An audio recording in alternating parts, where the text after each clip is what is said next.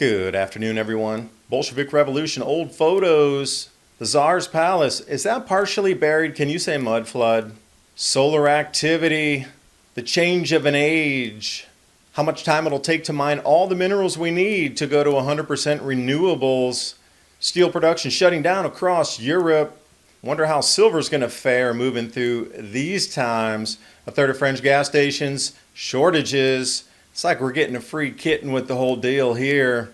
Trans-Pacific shipping rates plunged 75%, nothing moving except credit default risk. CreditSwiss verge of collapse, which leaves us moving by train because nothing else on this profile fits except for loading a generator on the back of your Tesla.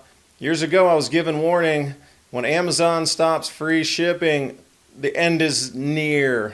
PayPal, fire in the salvo.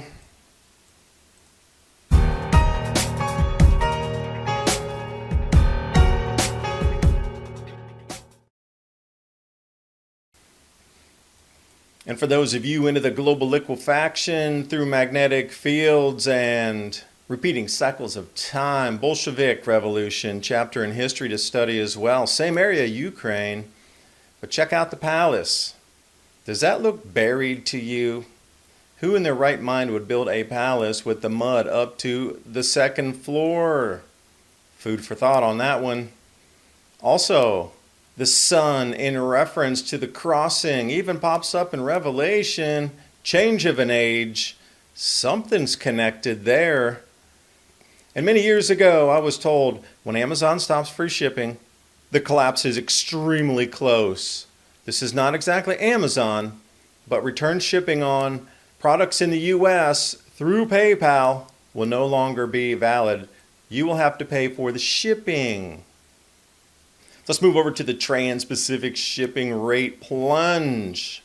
This means things are not moving across the oceans at all. There's no demand on the other side. We're not ordering, they're not sending. Implosion in demand. So if something plunges off a cliff 75%, you go, Houston, gigantico problem there.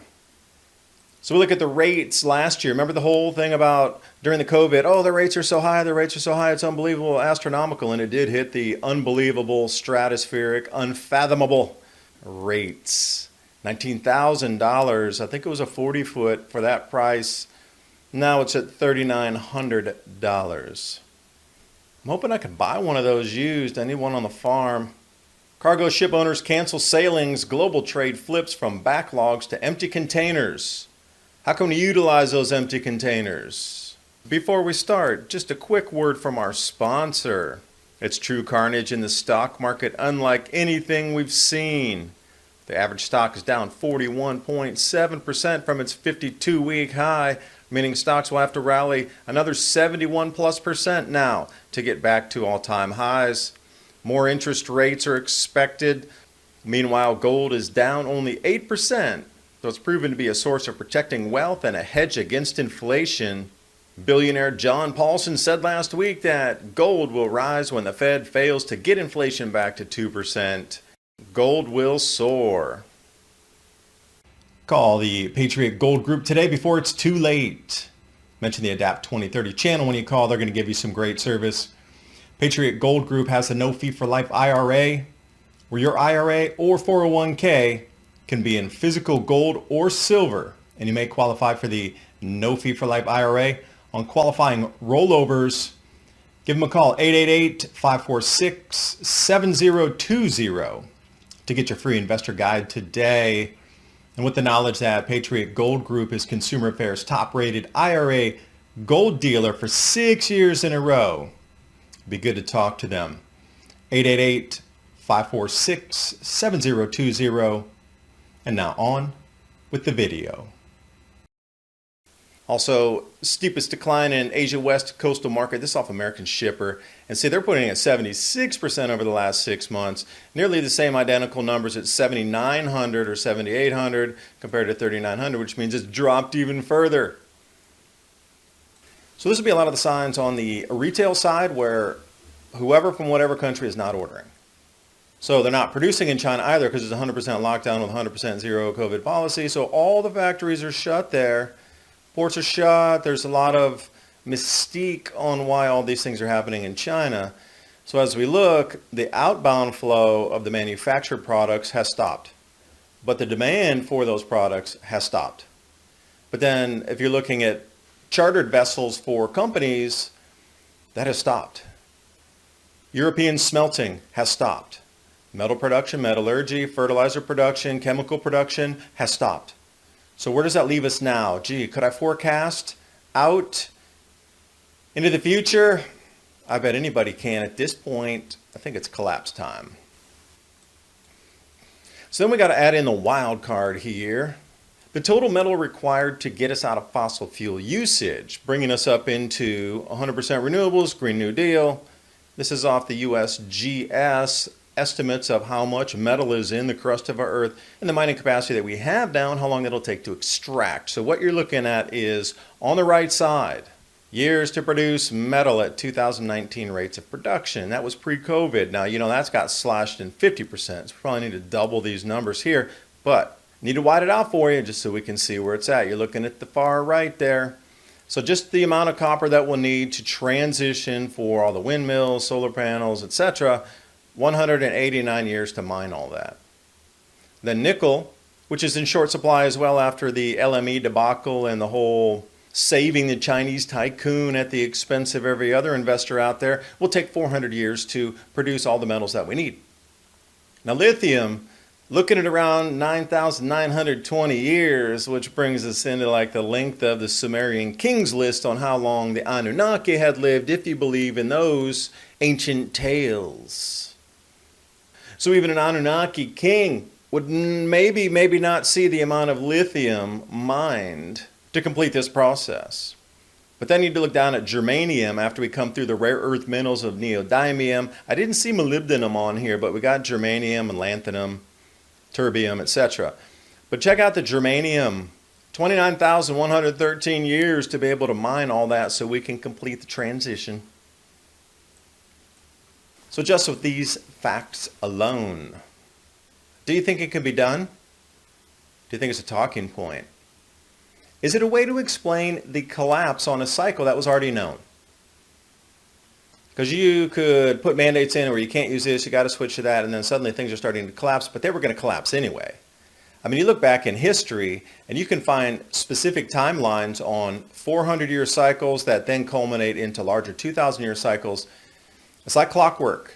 Why have these kingdoms that have risen and fiefdoms and emperors and civilizations themselves rising to the apex of the apex all collapsed in unison across the planet, time after time after time?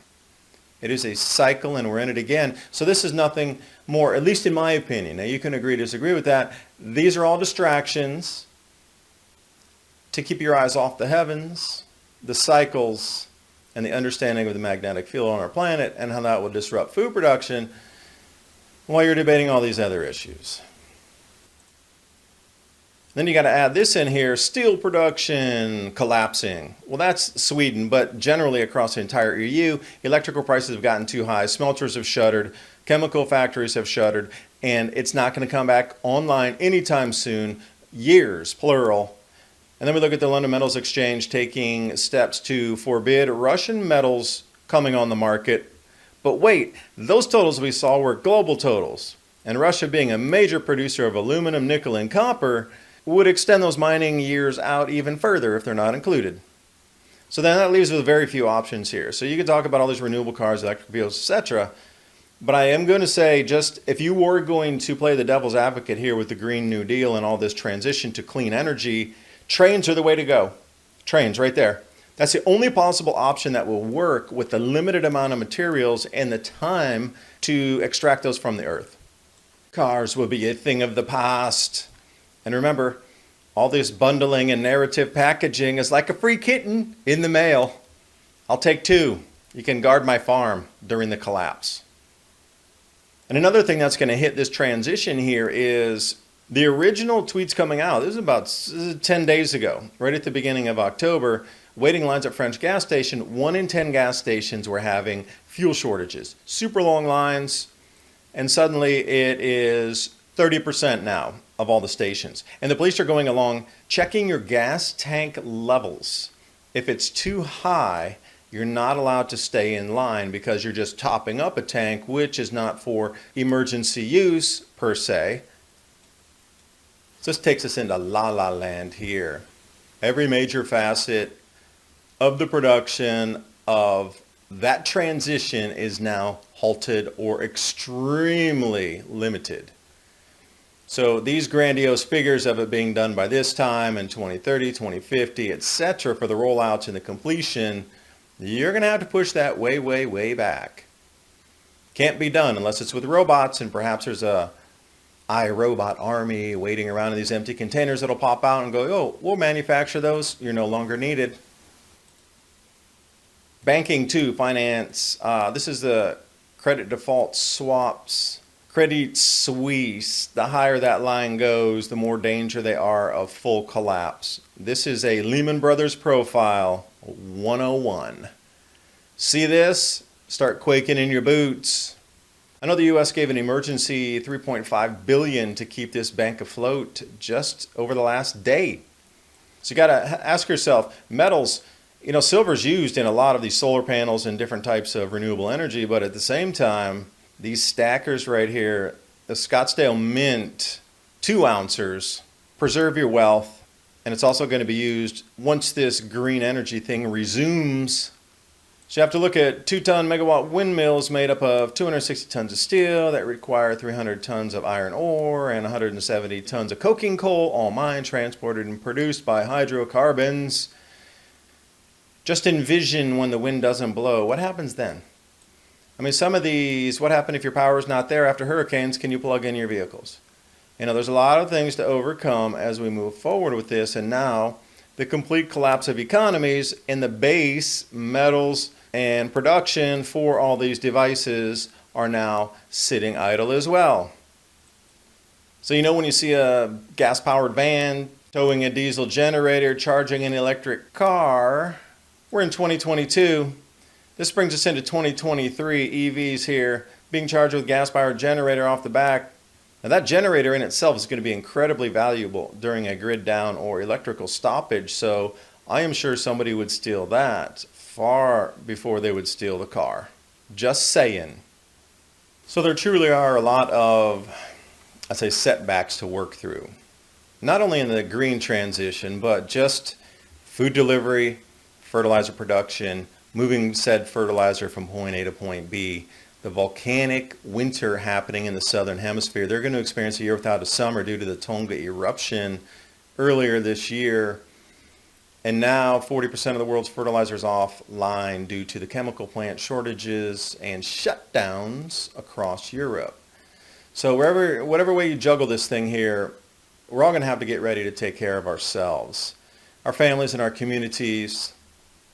You might want to go check out a few community gardens this week. Find out some local groups that are involved in sustainability, and not in that green way, but really holistically growing what you can on your land, producing what you can, and then trading with others, sharing skill sets, and then bumping up your skill sets, wild foraging, whatever it is, water purification, building sheds, building homes, building anything it is, woodworking. There's an enormous amount of things that people are trading skills in groups out there. There's a group for anything you can think of. Especially at harvest season right now, people can use the help. And I do talk more about these issues every Thursday night, 10 p.m. to midnight. Ransom Godwin and myself, Revolution Radio Studio A. We're also streaming across 8 different platforms: Vigilante TV, Rumble, Mountain High TV, YouTube channel, the Mini Ice Age Conversations podcast YouTube channel, LinkedIn, Facebook, Twitch, and Twitter. Hope you can join us then. 2 hours of solid conversation, continuing points just like this, uncensored. And if you're looking for storable foods, My Patriot Supply and Adapt 2030. Take a look at what they have to offer. Storable foods, 25-year shelf life. All the links for tonight's images, stories, graphics, and My Patriot Supply are in the description box below the video. I thank you for watching. Hope you got something out of it, and I will see you next time.